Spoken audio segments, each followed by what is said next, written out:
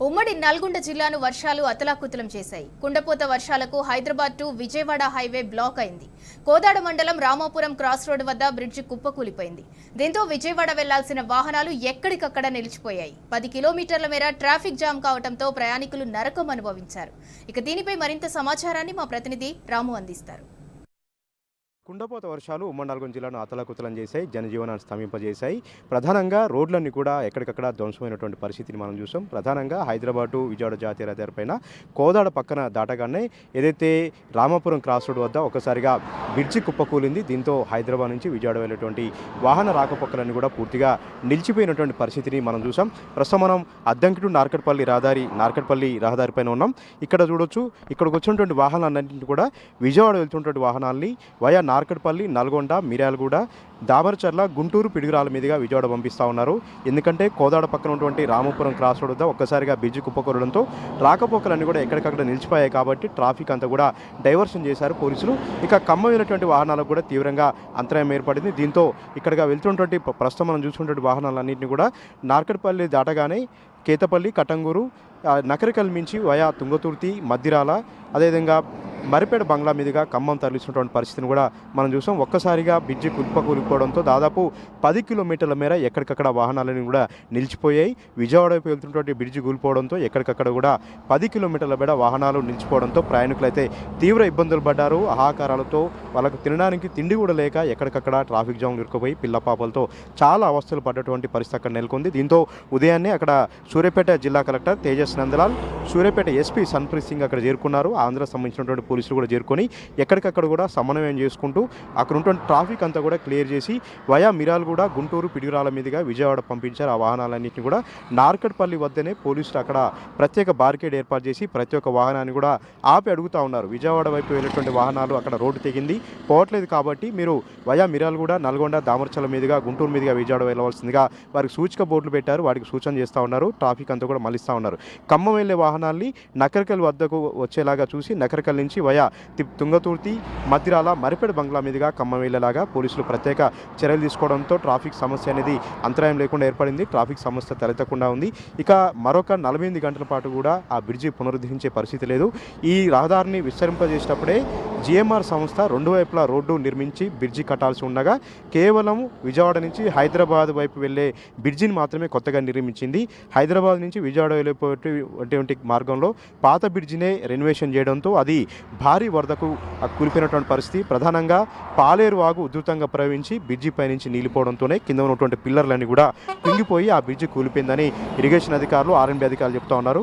ప్రయాణికులు అసౌకర్యానికి గురికాకుండా పోలీసులు సూచనలు పాటిస్తూ ట్రాఫిక్ డైవర్షన్ చేసే విధంగా పోలీసుల సూచనలు పాటిస్తూ వాళ్ళందరూ కూడా వారి గమ్యస్థానాలకు వెళ్ళాలని కూడా చెప్తా ఉన్నారు.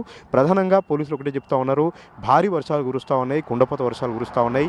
ఒక్క రోజులోనే 30-40 సెంటీమీటర్ల వర్షపాతం కురుస్తుంది కాబట్టి అనుకోకుండా గంటల వ్యవధిలోనే రహదారిపైన 5-6 అడుగుల మేర వరదలు ప్రవహిస్తూ ఉన్నాయి. కాబట్టి అవసరమైతేనే రోడ్ల మీదకి రావాలి, అవసరమైతేనే వాహనాలను బయటికి తీసుకురావాలి, వీలైనంతగా ప్రయాణాలన్నింటినీ కూడా రద్దు చేసుకోవాలని కూడా పోలీసు అధికారులు విజ్ఞప్తి చేస్తున్నటువంటి పరిస్థితిని మనం నల్గొండ జిల్లా సూర్యాపేట జిల్లాలో చూసాం.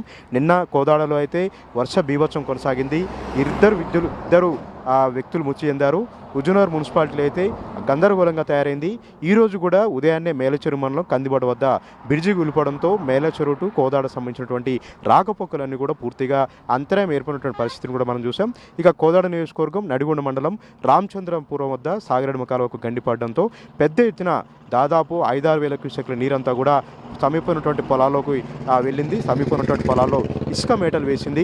అధికారిక లెక్కల ప్రకారం ప్రస్తుతం కలెక్టర్లు అంచనా వేసిన దాన్ని బట్టి నల్గొండ, సూర్యాపేట జిల్లాల్లో దాదాపుగా 5,000 ఎకరాల్లో వరి పంటలు, పత్తి పంటలు, మిర్చి పంటలన్నీ కూడా నష్టపోయామని కూడా రైతులు చెప్తున్నట్టుగా ప్రాథమికంగా ప్రణాళికలు రచించారు. వారందరూ కూడా ఆదుకుంటామని చెప్పారు. ఉత్తమ్ కుమార్ రెడ్డి కూడా ప్రస్తుతం తెగిపోయినటువంటి సాగరెడ్మ కాలువకు సంబంధించినటువంటి స్థలాన్ని పరిశీలించారు. అధికారులతో కలిసి వెంటనే గండి పూడ్చేటువంటి ప్రయత్నాలు చేస్తూ ఉన్నాం. వెంటనే రైతులకు సంబంధించినటువంటి నష్టపరిహారం అందించేలాగా కూడా చర్యలు తీసుకుంటామని చెప్తా ఉన్నారు. చనిపోయినటువంటి ఎవరైతే ఉన్నారో 2 వ్యక్తులు వాళ్ళ దురదృష్టకరం, వారికి నష్టపరిహారం అందించేలాగా ప్రభుత్వంతో మాట్లాడుతానని కూడా ఉత్తమ్ కుమార్ రెడ్డి అక్కడ తెలపడం జరిగింది. అయితే పేరుకే కంట్రోల్ రూమ్లు ఉన్నాయి కానీ ఎవరు కూడా పట్టించుకోవట్లేదని నిన్న నుంచి కూడా కోదాడ వాసులు మొత్తుకుంటూ ఉన్నారు, వాపోతూ ఉన్నారు, ఆవేదన చెందుతూ ఉన్నారు. ఇళ్లలోకి నీరు వచ్చి ఎక్కడికక్కడ ఇళ్లలోకి పాములు తేళ్లు వచ్చి తామందరూ కూడా ఇబ్బంది పడ్డాం. చిన్నపిల్లలకు పాల ప్యాకెట్ కొనే పరిస్థితి కూడా లేదు. కానీ ఎవరు కూడా మమ్మల్ని పట్టించుకోలేదు, ఏ ఒక్క ప్రజాప్రతినిధి కూడా రాలేదని కూడా హుజూర్నగర్ కోదాలలో ప్రజలు ఆగ్రహం వ్యక్తం చేసినటువంటి పరిస్థితిని కూడా నేపథ్యాన్ని కూడా మనం చూసాం. కానీ అధికారులు మాత్రం స్పందించలేదు. ఒక రెస్క్యూ టీంని కూడా ఇక్కడ ఏర్పాటు చేయలేదు, ఒక పడవల్ని కూడా ఇక్కడ ఏర్పాటు చేయలేదు, ఎన్డీఆర్ఎఫ్ బృందాలను కూడా ఏర్పాటు చేయలేదు. కనీసం మాకు ఎట్లా ఉన్నామని అడిగే నాథుడు కూడా లేడని కోదాడలోని పలు కాలనీలో నీటమైనటువంటి కాలనీ ప్రజలు మనతో వాపినటువంటి పరిస్థితిని కూడా నేనంతా కూడా చూసాం. వరుణుడు నిన్న సాయంత్రం నుంచి కాస్త శాంతించడంతో పెను ప్రమాదాలు తప్పాయి ఎక్కడికక్కడ కూడా.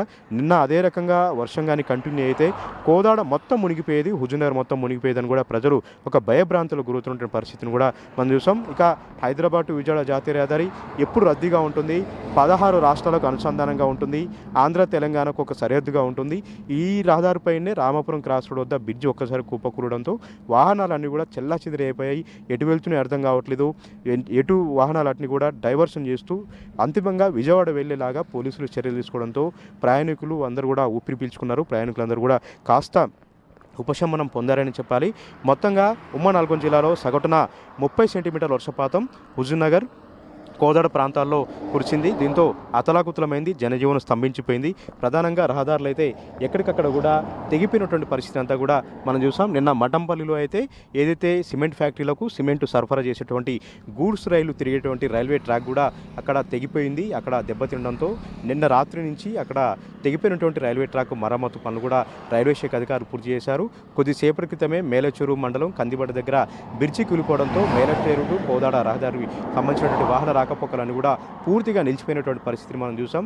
ప్రధానంగా హైదరాబాద్ విజయవాడ జాతీయ రహదారి పైన రామపురం క్రాస్ రోడ్ వద్ద తెలంగాణ ఆంధ్ర బార్డర్ వద్ద ఉన్నటువంటి బ్రిడ్జి కూలిపోవడంతో 6 గంటలుగా ప్రయాణికులు ఎక్కడికక్కడ వాళ్ళు అక్కడే రోడ్ల మీద కూర్చొని చిన్నపిల్లలతో కట్టుబట్టలతో తిండి తిప్పలు లేకుండా నానా అవస్థలు పడ్డటువంటి పరిస్థితిని కూడా మనం చూసాం. ఎట్టకేలకు పోలీసులు రంగంలో దిగి ఆంధ్ర తెలంగాణ పోలీసులు సమన్వయం చేసుకుంటూ ట్రాఫిక్ డైవర్షన్ చేయడంతో ట్రాఫిక్ క్లియర్ అయింది. ఎక్కడికక్కడ వాహనాలన్నీ కూడా విజయవాడ వైపుగా వెళ్తున్నాయి.